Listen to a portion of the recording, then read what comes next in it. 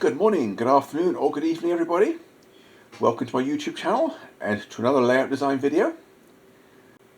In this design, the client wasn't sure whether he wanted to work in N or HO.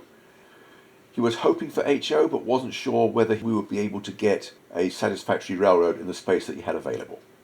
So we decided to start by working in HO to see if an acceptable layout could be designed into the space he had available, but keeping an open mind as to the possibility of going down to N scale if I wasn't able to get enough railroad into the space. The main room is approximately 11 feet by 17, but it's a little bit awkward in that it only has a 5-foot ceiling. This outer room has full height headroom, but there are 4 steps leading up to a much lower crawl space. It only has a 60-inch ceiling, with a floor that is 31 inches above the floor in this area. Now this main room is entirely available for the railroad, and the client said that I could use as much of this end room as I wanted to for staging and helixes and things like that. Now, with only having a 60-inch ceiling, the plan is to operate from office chairs.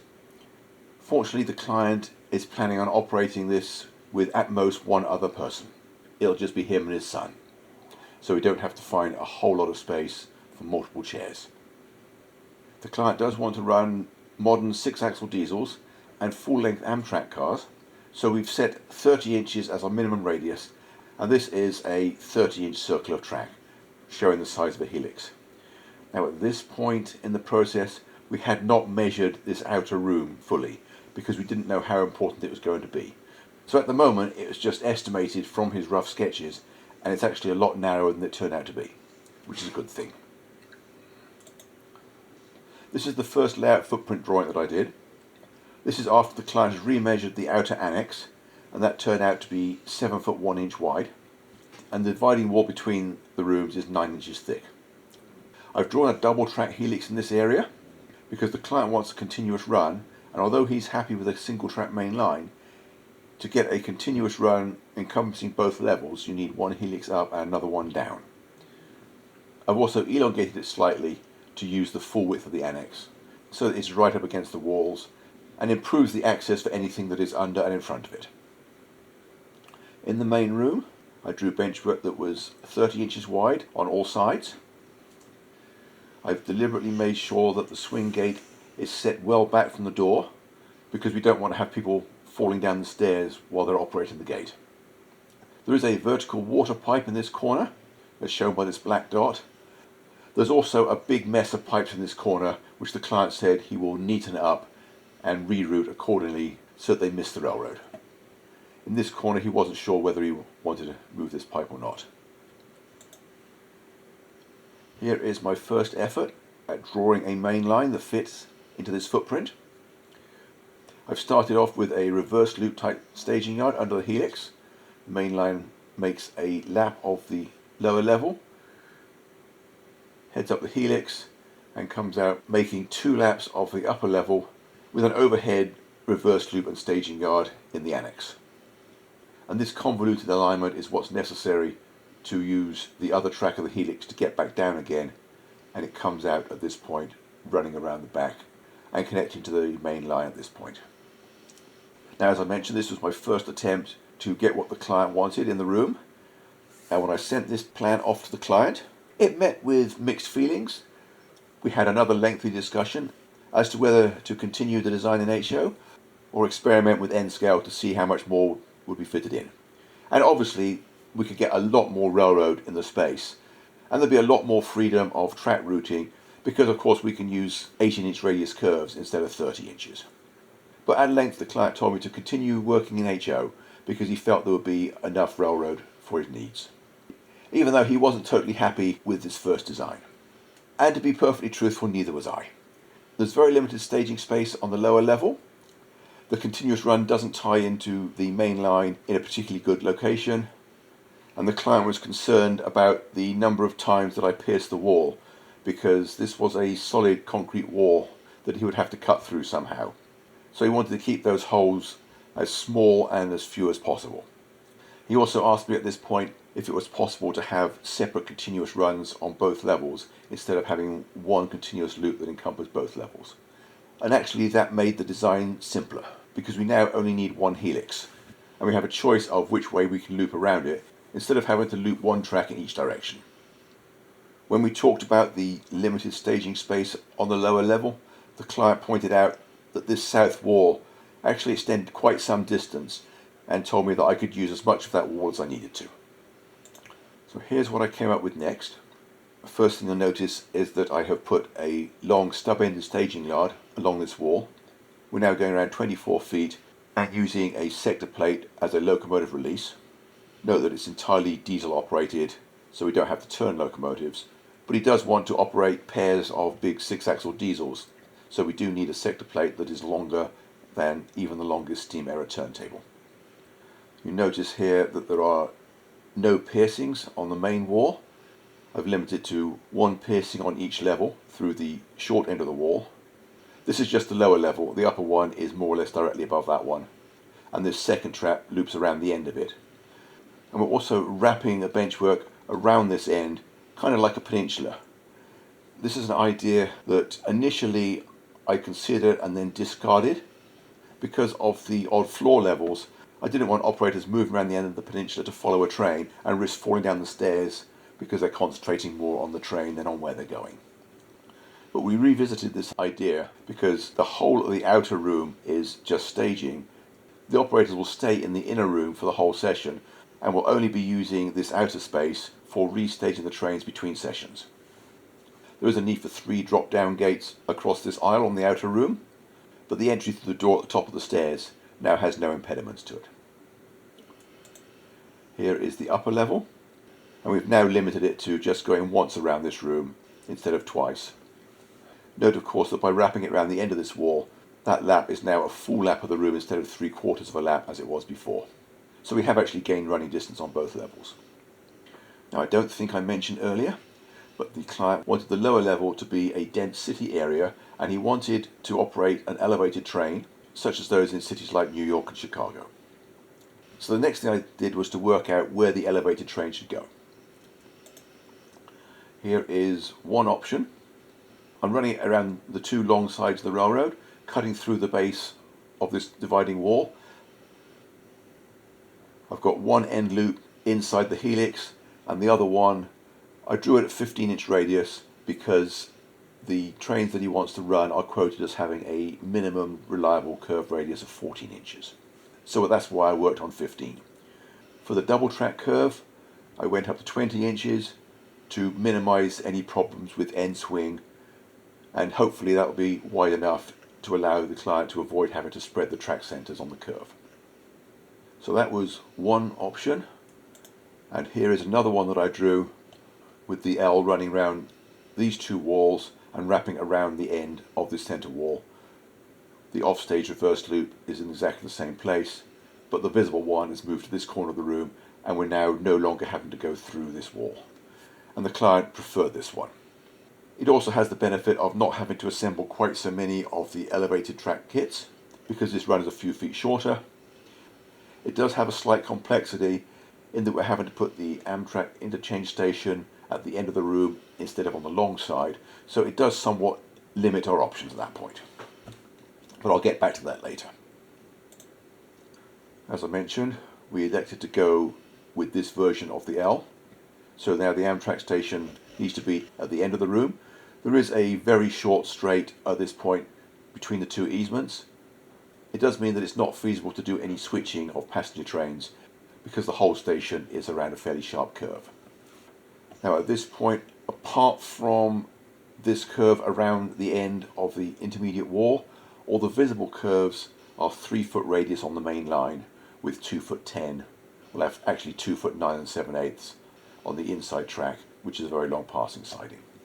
We've moved the harbour to the north wall, and I've suggested that we could possibly put a small mini peninsula at that point, as long as we're careful not to cramp this area, bearing in mind that we need room for 2 operators on office chairs. I'm trying to avoid a single track section between the passing siding and the junction, so we have 2 crossovers instead of going down a single track first. This junction did end up getting extended too far to the south because I was trying to put the crossovers on the straight, but it means that we don't have enough length at this point to be able to get the grades in. so these crossovers have to be moved back into the curve. And what we're trying to get on this lower level scene is just enough of a yard to be able to interchange cars between through freights and the harbour and the various industries. There's not going to be a full-time switcher assigned. The mainline road crews will do their own switching. Note that with the L running around the end of the central wall and coming into the helix in this corner instead of this one, I've modified the direction of the helix so that I can make an extra half a lap before I have to cross over it. That does slightly complicate the upper end of the helix, but it still works fine. Here are both levels side by side. You can see here I have modified the crossovers into this corner. I've now added one extra track to the yard at this point, so we have the front track for switching and then 2 tracks for stashing cars while we're doing our work. And you can see that I've included all the proposed elevations. Now, as I always recommend that my client does a rough mock-up of the levels on any multi-level railroad before we get too far into it. The client did that. He put an office chair in this area with a rough mock-up using some shelves, and decided that he wanted the lower level a few inches higher. He wanted it at desk height so that he could get the rolling chairs and his knees under the benchwork. So he requested a lower level track elevation of 31 inches. That simply means that we have one less lap in the helix, and initially I was expecting to add an inch to the track level on the lower level, but we ran into a problem because we have high level ductwork over the middle of this walk space. So 48 inches from floor level in this room, or 79 inches in the annex, was about as high as we wanted to go, because the air duct was only around 83 inches. And yes, in theory, 3 inches is high enough if you're not running double stacks. We wanted to give ourselves a little bit of clearance. But that extra inch is easy to lose. I just reduced the grade above the back of the staging yard before we get to the helix. So with the grade profile sorted out, it's now time to go back and tweak the design to ensure that we get the most out of every inch. Here is the next version. I've added some short spurs for spare locomotives in the staging yard. I've drawn in the harbour basin, so I've got a diagonal pier, and the intention is to have a cannery along this area, although I wasn't quite sure how it's going to fit yet. Most of the road system is going to be directly under the elevated track. I'm going to have a slightly angled road with a grade crossing over the main line. And the intention is for this end of the room to be very dense cityscape, running into more open green areas on the outskirts at this end. Here is the plan for the upper deck. The client had told me that he wanted a mine on this level, so we've got a mine in this corner. There's room for a fairly large one using the Walther's New River mine kit, which loads on 4 tracks. And I've got a 5th track bypassing it to allow more storage area for hopper cars. It ties into the middle of a long passing siding. There is room to run fairly long trains. On both levels there is at least one staging track more than 20 feet long. The passing siding here I think was around 18, and then the rest of it is just single track.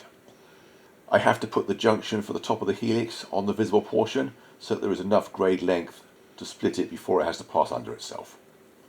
There is room for a good sized single track truss bridge along this side of the room and for a couple of smaller bridges. We can't have a deep valley because we don't have a lot of vertical height. The river can only be about 1.5 inches or so below track level. So I've shown it as a shallow river with sandbanks. And as it was fairly common for rowers to follow water courses, I'm keeping the river fairly close all the way around. So although it's going to have mountainous scenery, the railroad is right at the bottom of the valley. And it follows the river all the way around between the tunnels. There's also an opportunity for a high rocky ridge in the one corner with a short curved tunnel to break the scene up and provide some more variety. I next went back to the lower level and started filling in more details. Most of the cityscape has been filled in. Notice how I've reduced the number of spurs in this area. The cannery is now served by the same spur as the next industry. By eliminating the spur that went down at the water's edge, we now have more space for it. This is a good example of less is more. I'm suggesting a cement transfer area using the Walther's Medusa cement plant, as being a small industry that would allow the trains to disappear from view behind it very briefly without causing a major access problem. The client said he'd rather have that in the rear of the railroad in this corner. He wanted to extend the harbour and have an oil transfer facility in the front. And he sent me a photograph of a scene with wood structures and jetties, which he wanted to see if I could incorporate into this corner. He also asked if we could open out the benchwork in this corner, double up the curve of the benchwork on both sides of the harbour peninsula to allow more water and also expand the cannery. Now, I did show some odd green areas even in the main city, because most real cities do have a surprising amount of greenery. The client said he wanted a little bit less of that. He wanted the city to be as busy as possible. Here's the next one I drew, and when I sent him this version, his reply was very short, just said spot on, uppercase with an exclamation point. In order to make as much room as possible for this scene, I have moved this spur a little bit further away, shortened it, and we've now filled in this industry as a propane dealer, something that would only ever receive one car at a time. There's a fairly large manufacturing industry with 2 spurs along the back wall, scrapyard in front of the Amtrak station. Scrapyards are very useful because they provide really interesting loads. They don't require any major structures to have to reach over, and they're good for odd-shaped areas. The other alternative for this area would have been a team track, but we decided that the spurs on the pier at the harbour are effectively the same as a team track in that they can receive a large variety of car types. So we kept the scrapyard here. One of the areas he liked from the previous one is this back alley scene that I outlined.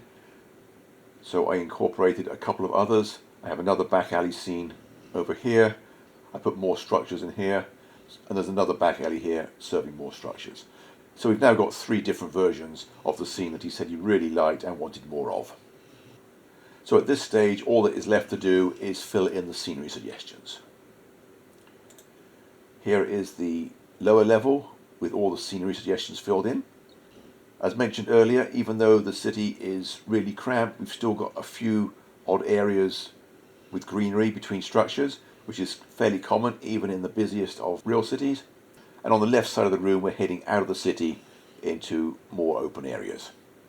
One of the model railroads that the client sent me photographs of and that had inspired him was one that appeared in Model Railroader a few years ago, entitled The City's Edge, or something along those lines.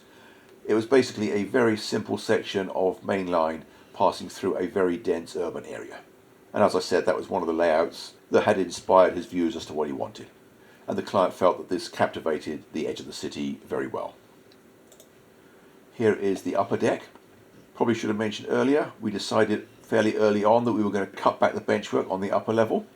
And around the right side of the plan, it's cut back 12 inches. And on the left side, it's still 12 inches from where it used to be before he asked for the extra few inches in this corner. Obviously at this end, where we have very limited space before the opening, the setback is somewhat less. Anyway, here is one last view with the final form of both levels side by side. I'm going to end this video here. Hope you've enjoyed the presentation, found it useful or interesting or both, and I hope to see you back here next week. In the meantime, thanks for watching, and bye for now.